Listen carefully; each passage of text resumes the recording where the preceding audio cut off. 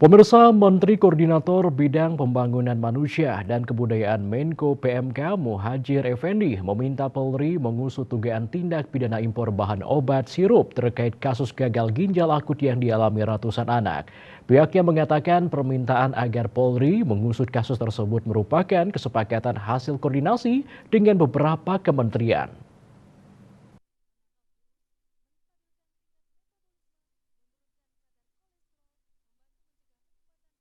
Muhadjir mengatakan pengusutan perlu dilakukan karena berdasarkan data awal bahan baku obat sirup yang menyebabkan ratusan anak Indonesia gagal ginjal akut diimpor dari sebuah negara yang justru tidak terkena virus ini. Pihaknya sudah melakukan koordinasi dengan Kementerian Kesehatan BP POM, Kementerian Perdagangan dan Kementerian Perindustrian dan telah mendapatkan masukan dari semua pihak.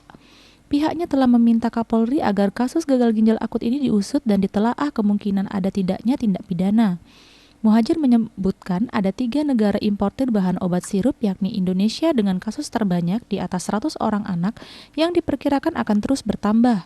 Negara Zambia di Afrika Selatan sebanyak 70 kasus dan di Nigeria di Afrika Barat berjumlah 25 kasus. Pemerintah menelisik ke bagian yang paling hulu dari mulai asal bahan baku obat sirup itu, bagaimana proses masuk ke Indonesia dan terdistribusi pabrik-pabrik farmasi mana serta macam-macam produk yang dihasilkan dari bahan tersebut.